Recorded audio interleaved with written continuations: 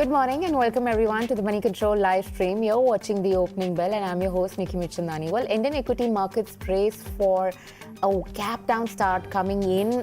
GIFT Nifty signals a negative start for Indian equity markets. Talk about US stocks ended lower on banking concerns and weak China data. Overall, it's the inflation and the growth concerns which are essentially the sapped risk appetite out there. Asian equities under pressure after US stocks sunk.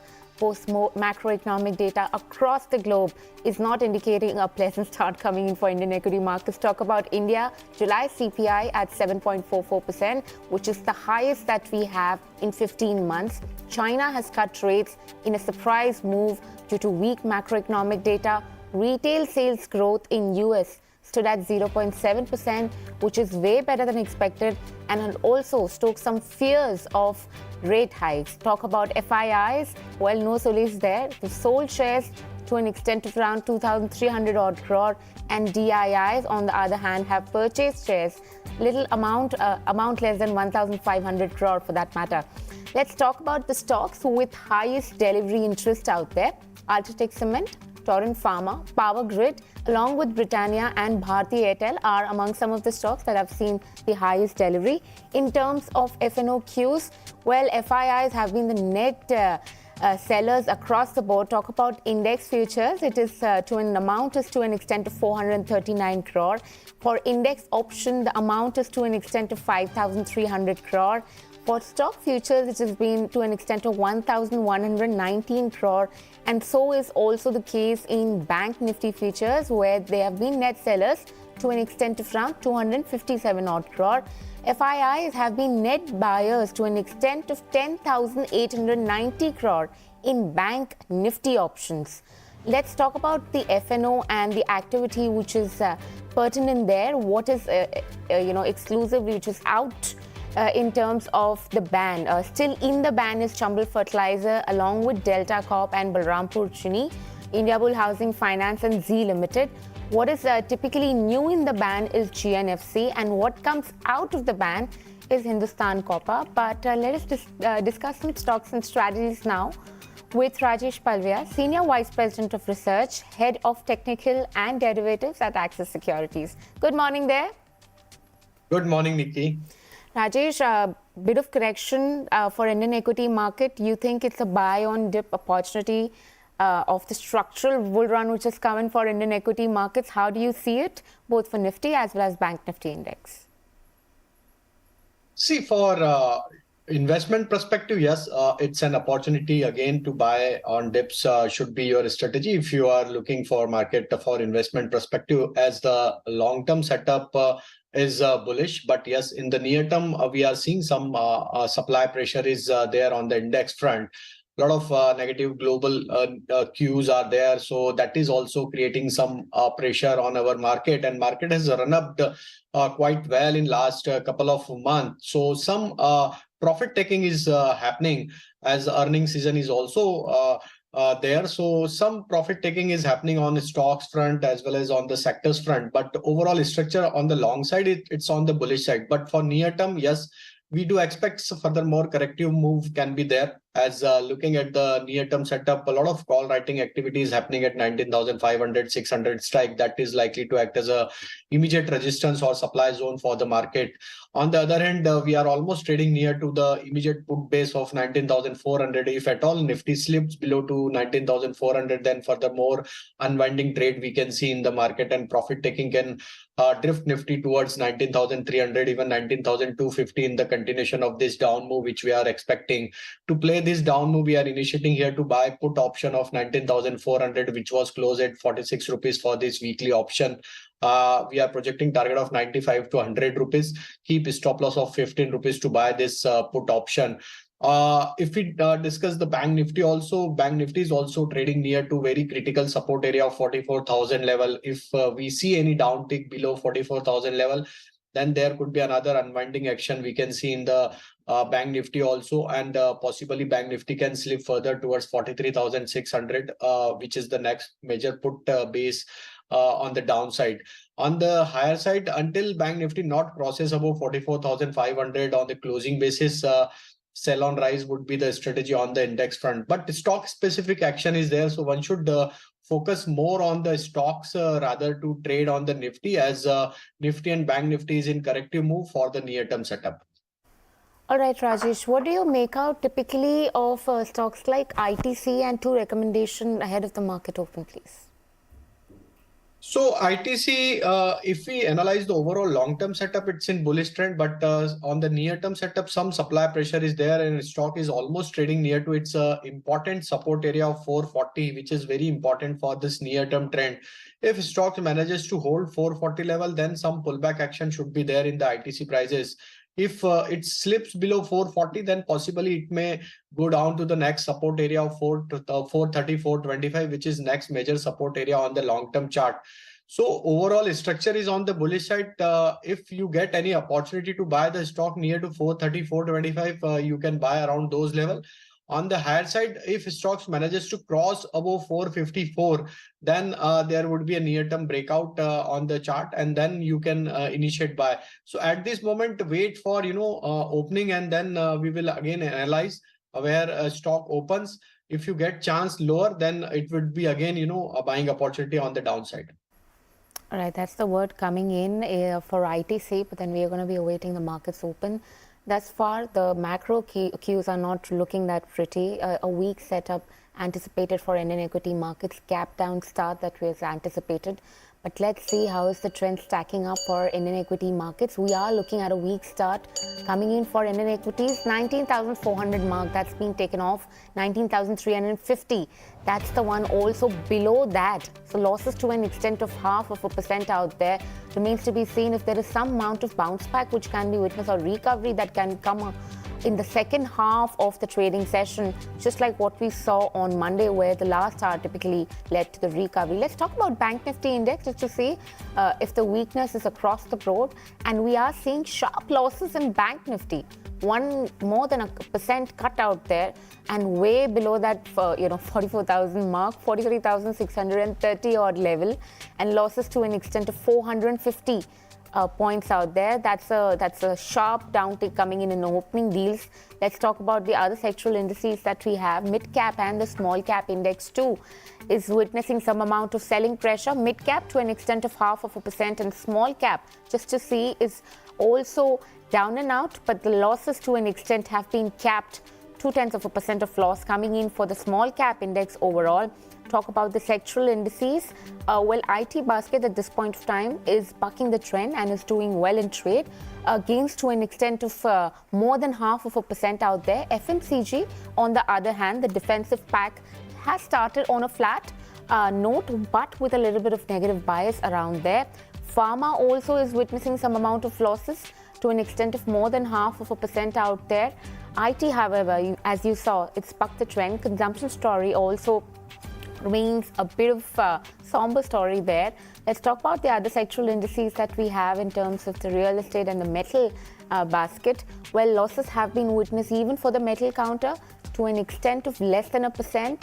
Talk about the rate sensitive realty index, that also is witnessing some amount of selling pressure in the opening deals. Auto basket too has surrendered to some amount of selling pressure. So barring IT, you're seeing a bunch of these other sectoral indices which are typically down and out in trade. Let's talk about the top gainers and the top losers that we have on the list right now. We're seeing Infosys, ITC and Tech Mahindra. Essentially, these are the top gainers that we have. BPCL, Power Grid and HCL Tech. Essentially, you seeing the IT names along with auto to an extent making it to the list of top gainers. Let's talk about the top losers list. We're seeing Hindalco, HDFC and Tata Steel essentially down and out in trade, along with Britannia, Apollo Hospital and Eicher Motors for that matter. Let's go back to Rajesh and check with him the strategy now for Nifty IT and whether he likes anything from the IT basket. So Nickey, there is a buying action in mid-cap IT stocks. So we like LTI Mindtree at the current juncture. Stock overall looking positive, and looking at the overall setup for LTI Mindtree, we believe that this stock can do well. And upside, we are projecting target of 50 to 60 to 50 to 70 level in the continuation of this uptrend. One can buy LTI Mindtree with stop loss of 5180. Another stock after opening which we like, that is HDFC AMC. Since last couple of trading session, we are seeing a new consolidation action is happening in the stock, and looking at the near term setup, we expect that HDFC AMC can show some uptick in the coming session as well. So one can buy HDFC AMC for upside target of 2560 to 2580. Keep stop loss of 2480. And the third stock from IT again, that is Birlasoft. The overall structure for Birlasoft is on the bullish side, and we are seeing series of higher top, higher bottom formation is taking place. So this stock is clearly giving a sign of continuation of this uptrend. So Birlasoft can be a buy for upside target of 465, 470. One can keep stop loss of 440. All right, LTM entry and Birlasoft are the two counters which essentially have been they're recommended by Rajesh. But let's address the stocks and news and come back to Rajesh in a bit. ITC, way better than estimates number. Let's talk about the top line, 6% downtick there, but way better than what the street was estimating. The numbers that street was estimating or working with was to an extent of 16,650 crore. And the company has reported a number of around 18,639 odd crore. Let's talk about the EBITDA performance, up by 10%, and the number has come into 6,670 odd crore versus the estimates of 6,200 crore. Margins have expanded to 35.8% as compared to 30.6% in the corresponding quarter, as against the estimates of 37.2%. Talk about the top line, that also witnessed an uptick there, 16% uptick to a number of 5,104 crore as compared to 4,389 crore in the corresponding quarter. It's also way better than what the consensus estimates were, to an extent of 4,800 crore. Overall, there is also a demerger announcement which has come in terms of the details out there. The announcement came in long back. Talk about the ITC demerger, that 10 ITC shares will be given to Frechin, 1 share of the hotel company, which is expected to be listed in a span of next 15 months. Overall, strong internals. The stock is down by as much as 10% from the highs, may bounce back. In today's session, you're seeing some amount of recovery playing out for ITC, with gains to an extent of 0.5% out there. Cigarette volume has been good for the company. FMCG too has crossed in 5,000 crore for the first time in many quarters. Vodafone Idea out there, a bit of disappointment. The company continues to lose the market share. Revenue is up by 1.2%. If you talk about the EBITDA performance, the company has actually reported in a net loss, which is only widened, 7,840 crore, compares with that of 6,419 crore. The street was working with an estimate of around a number of 7,043 crore. So losses have come in higher than what the street was estimating. The EBITDA also is flat, down by almost 1.3%. The number is 4,157 crore as compared to 4,200 crore that the company has registered in the corresponding quarter. Overall, if you talk about the performance, if I'm just supposed to summarize it, market share loss continues. The revenue has been in line. The cost, however, have been higher than that of expectation. Interglobe Aviation, all eyes on that one. Third tranche of selling from Gangwal family in the company. Sharp move, sharp downtick coming in for that one. 4.5% downtick coming in for Interglobe Aviation. Gangwal family is expected to sell in another 4% stake in the company, and that's going to be through a block deal which is expected to take place formally, or would have taken place for that matter. Indicative price is to an extent of 2,400, which is almost at a 6% discount as compared to the current market price. And overall, Gangwal family is expected to raise in 3,730 crore through stake sale. It holds and stake of around 29.7%, roughly 30%, and will be left after the sale with another 25.7%. That's the one which is coming in. Now for this company, Interglobe Aviation, the stock is up 35% over the last 6 months. The company posted record EBITDA in the quarter gone by.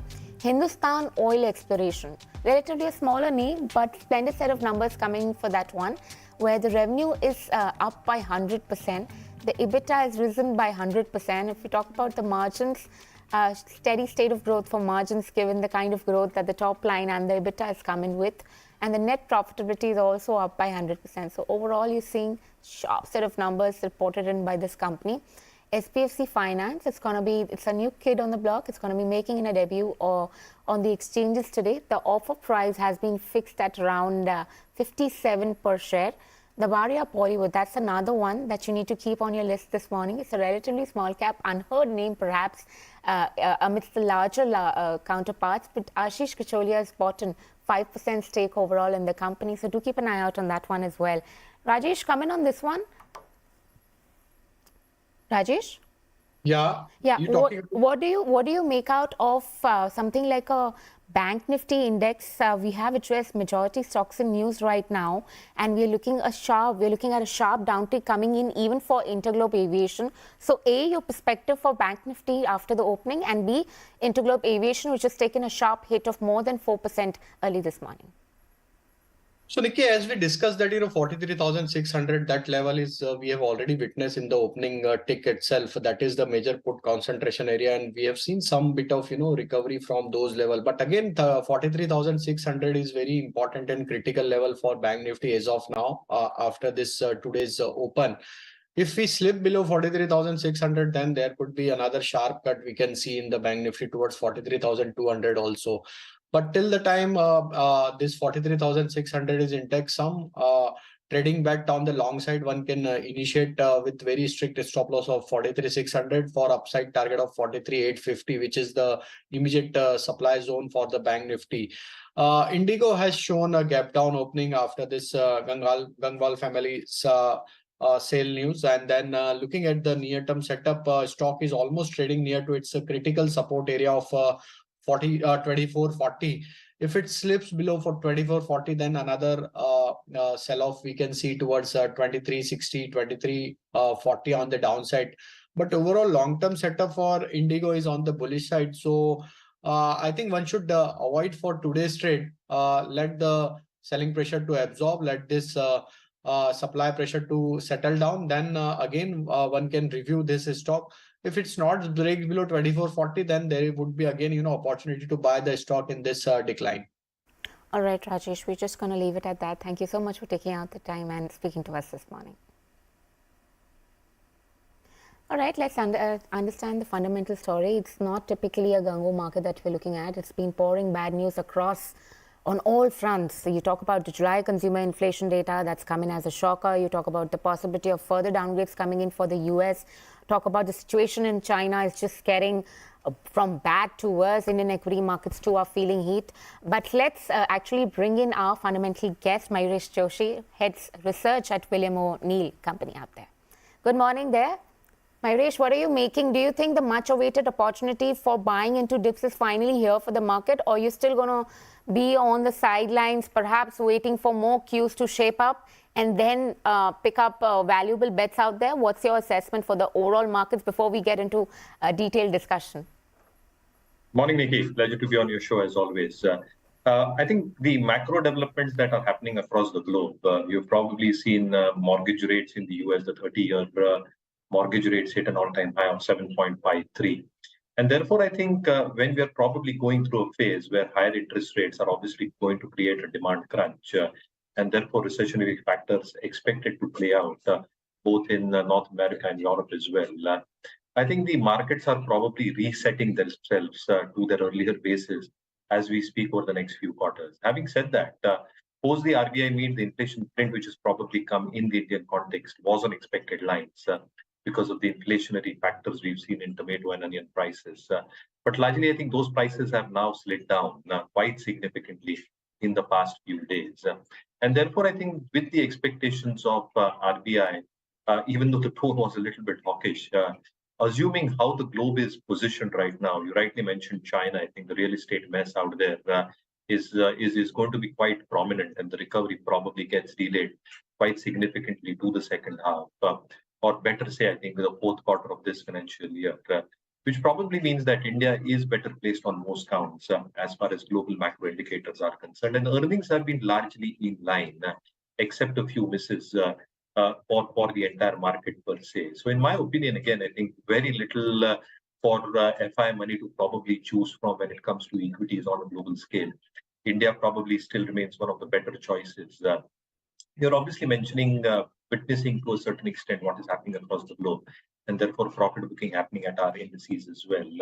But to a large extent, I think the distribution day count that we have probably seen on our markets, assuming all these conditions, makes us feel at Markets with India that you should be a little bit cognizant in terms of how the globe is shaping. And therefore, having a specific sector and stock view would be more prudent at this point of time, because valuations obviously a little bit on the higher side as well. Sure. Speaking of the valuations and a little bit of news flow which is coming in for Interglobe Aviation, the stock continues to find itself in a liquid oxygen situation. Given the kind of punishment that the company has seen, the stock has had a good run from March lows. Investors now seem to be hesitant. The family out there is, Gangwal families out there is ready to sell the stake, but then institutional investor perhaps are not in a hurry to lap up this equity. What do you make out of it? Are you bullish on this one, or would you like to wait and watch? Because oil is also a concern for this one. Absolutely. I think all the pertinent points put through, Nickey. So two things. One, I think from the perspective of the stake sale itself, a large portion has already gone through. But I think the overhang that probably comes through on these periodical installments that come through obviously create a shakeout in terms of the price for the stock per se. So to that bit, I think it's moving above key pivot levels as we see it at Markets with India. And therefore, I think from a logical perspective, can the stock do well going forward? It can for 2 or 3 factors. Obviously, you mentioned crude, which is at elevated levels at this point of time. But expecting a soft recession to probably play out, as most analysts are probably expecting, Europe still going through a tough phase, and China recovery probably getting pushed back, as we just discussed.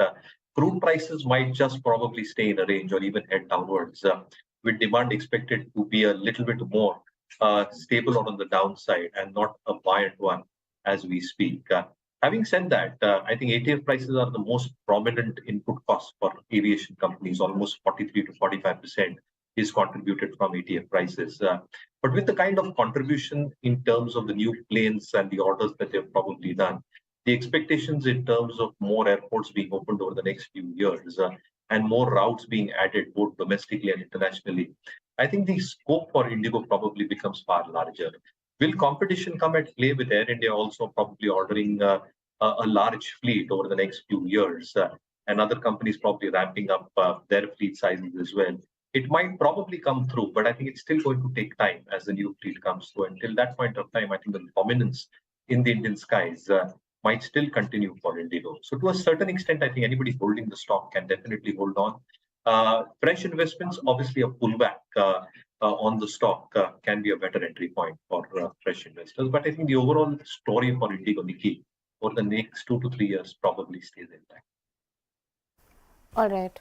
Mayuresh, from Skies to Entertainment, did you catch up with any of the movies over the extended truncated week that we have this time around? Did you manage to catch up with any movies? And if yes, how are you looking at PVR Inox out there? The stock, do you think, has turned out to be an opportunist bet by over the last 18 months, probably swinging into the audience responses to the latest release? So far, honestly, not been so far, but you don't tell my bosses, because I might go during the day once the markets are over, because that's a better time to go where you'll at least get tickets for these movies. But crazy fanfare for all the releases that you've probably seen, Nickey, over the weekend. I think amazing box office collections. The other two, OMG, have been a fabulous hit of sorts with the audience. And therefore, I think if you probably look at even the PVR statement that has come through, over the weekend itself, they've done some gross collections of more than 100 odd crores. And therefore, the sentimental effect that you're probably seeing in the stock is validated to a certain extent. Obviously, exhibition players like PVR have gone through a tough time. Content was obviously a big issue. But with all these new launches coming through and doing extremely well at the box office, and a good pipeline over the next few months as well, both from Bollywood and Hollywood that is expected, I think the expectations in terms of footfalls at movie theaters is expected to pick up quite significantly. It also synergizes with the fact that second half will have a lot of festivities around. And therefore, I think the good fervor might very well continue. The cut that they've probably seen and are probably doing in the F&B part of the business will also be value accretive, though margins will be diluted to a certain extent, because F&B is one of the biggest gross margins for exhibitors. To a certain extent, gets compensated in terms of footfalls and the average ticket prices. So yeah, I think the momentum can very well continue on media stocks like and exhibition stocks like PVR. All right, Mayuresh, we're just going to leave it at that. Thank you so much for taking out the time and speaking to us this morning. Thank you so much. All right, with this, it's a wrap, and goodbye from the entire team who puts this piece together. Thank you so much for watching. Please do post your feedback for us in the comment section below and follow us on the link at the bottom of your screen. For rest of the updates, stay tuned into moneycontrol.com and Moneycontrol app.